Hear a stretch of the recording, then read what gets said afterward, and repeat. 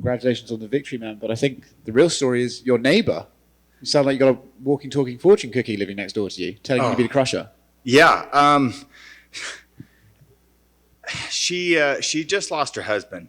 And I love these two. They're some of my favorite neighbors.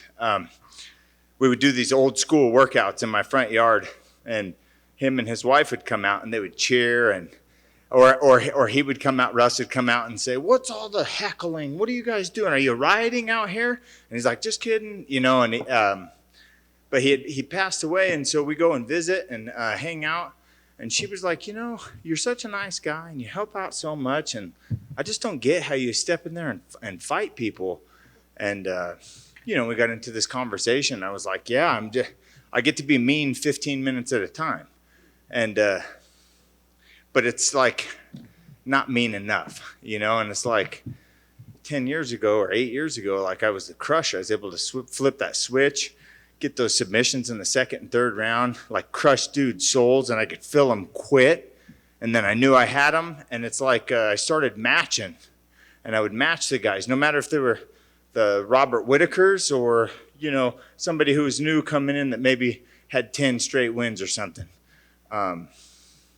And she said, "Well, maybe you need to bring out that stage character, the crusher," and I just kind of was like, said a little prayer before I went out there, and I was like, let me switch into that guy that's mean, that's coming out to hurt this guy. And I did it. I got close to finishing that arm triangle, and I felt it slipping a little bit. I tried to readjust, and then after that, he came out really hard because it's like you hit a hard submission. Sometimes you fatigue your shoulders or whatever, and it's like you lose a little bit of momentum, and they come back hard. And he did, and I felt that slipping, and then that stage character came out, and it was just like, hey, let's just keep on going. The shots were there. I was able to finish my shots, get him to the ground, keep safe. He was trying to swivel for the arm lock and the triangle, and I kept good, not let too much up, still land some elbows to cut him up and hit him a little bit. So I just, I felt great. What was your neighbor's name? Mariana Hurd. Shout out Mariana. Yeah. She's going to love that. Yeah.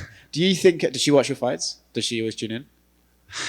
Yeah, she has off and on. I think maybe she gets it from my neighbor Brett, and then he kind of gives her the play-by-play. But she might have been watching this time. Cool. I don't think she likes the it's a little rough. Getting in, it's a fight. Yeah. She's like a 70-year-old lady, right? Yeah. Probably not the demographic. For the yeah. I don't know, man. There's a few out there. So do you think that's something you're going to take forward with you now in your career, the ability to be able to switch that switch? I think I have to. It worked.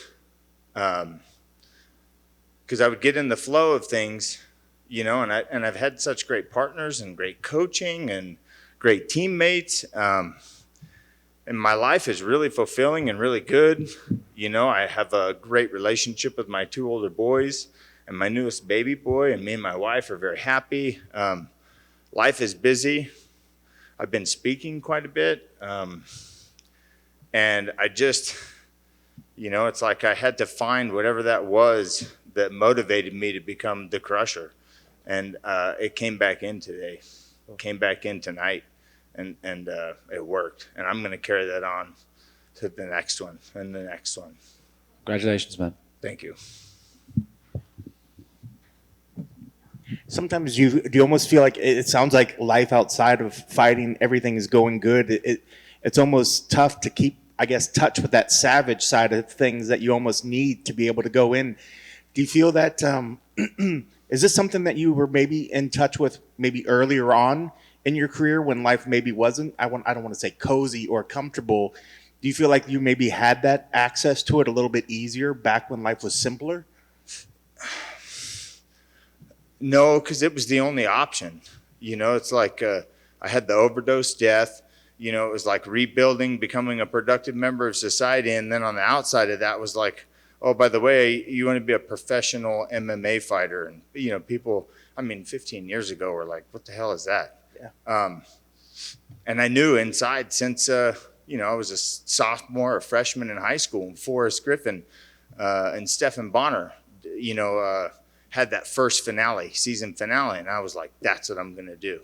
But that savagery that led me into the Ultimate Fighter season 7 house and getting cut, and then not getting cut, but not making it, and then coming into the season 11, and then it's like, that's all I had. And once I made it into the UFC, it was like, I realized that once you make it, you didn't make anything. You just barely got there, and now you got to fight tooth and nail to stay. And I started thinking like, well, what's next if something bad happens? What if I blow something out and I'm out? Or what if I lose a couple of matches in devastating fashion and, hey, it's on to the next thing.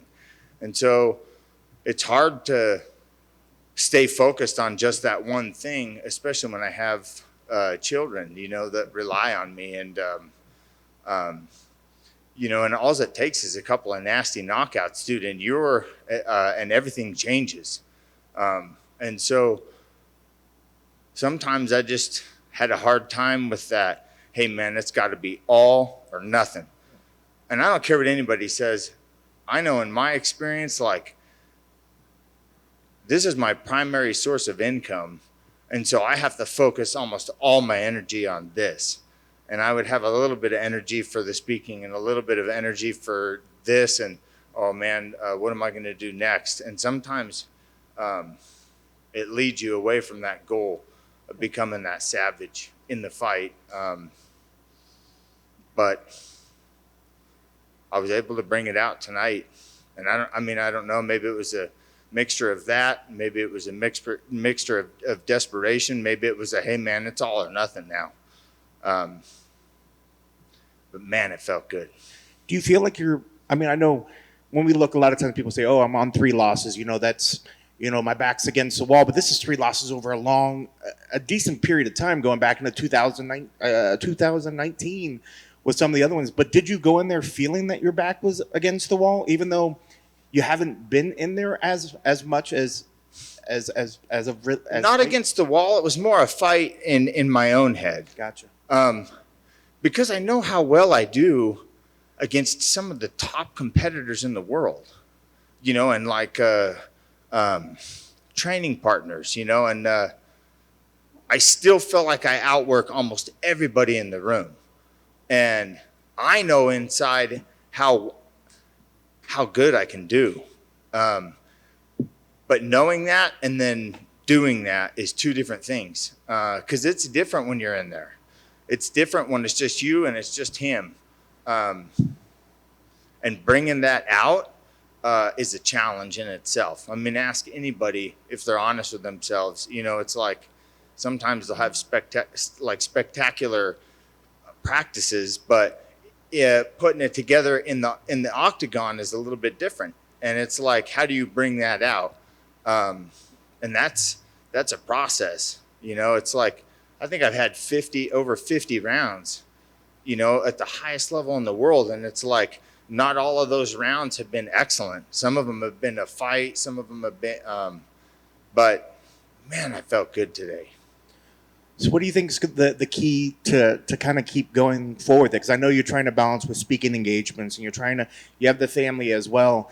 What's the right amount of fights to keep you at that level, do you think? What sort of, we're talking 2 fights a year? We're talking 3 fights a year? Yeah, like 2 or 3 fights a year. Because then it's like I can really focus and I can come out. And it's like I'm 36, but I feel better and stronger and like in a rhythm more so than like, my early 30s or my late 20s. Like, and I feel like tonight when I walked in there, I was in there for the right reason, and sometimes it's like I had all this extra pressure or on myself, not anything like family wise, or I wanted to, it's like I don't have anything to prove to anybody, but to myself, I want to show that I have the ability to compete with the best guys in the world. And I know I do, but just, it's like, man, it felt so good tonight coming out and feeling the way I did. like I feel like I did when I was 26, 27 years old. I imagine that's the kind of feeling that can kind of reinvigorate and want you to keep going and going and going. So what is sort of the end goal? Is it about just maintaining good performances where you're happy with your performance out there? Or is the dream still like, I think I can get back to a point where I can try to go Good for a title run? performances and just elevating that a little bit at a time. Yeah, absolutely. And just crawling, because I know I have it. I know I can be a champion inside. And so, baby steps, but all progress from here. And lastly, for me, I know you've been very vocal in the past with overcoming using drugs and alcohol and all that sort of thing. So how has that been for you? Because I know people look at you as a beacon to what they can try to strive to be, to try to get rid of things. How has that been going? And is there anything you maybe want to let us know of initiatives that you're trying to do? Anything forward of what you're trying to do out there in that aspect? So that's my why. Why do you do this? And it's to carry the message to people who are struggling out there that we can overcome adversity. A person in long-term recovery can achieve incredible things one day at a time without a drink or a drug. And that's my why. I started the McGee Project. I speak. I help get kids into gyms. It's helping them, separate themselves from substance abuse, from all the different distractions, giving them mixed martial arts to focus on, and then the ability to do what I did when I first got sober, a little bit of practice, and give me some goals to achieve so that I could keep overcoming those small adversities when I was first getting sober. And then lastly, I guess to follow up with that, if you can give an address of where people can go get more info, and I guess part of that, is that just as important or more important than a title when you're dealing with real life stuff like that? If you make an impact in something, is that more important than becoming a champion? They're equal. I mean, I come out and become a champion.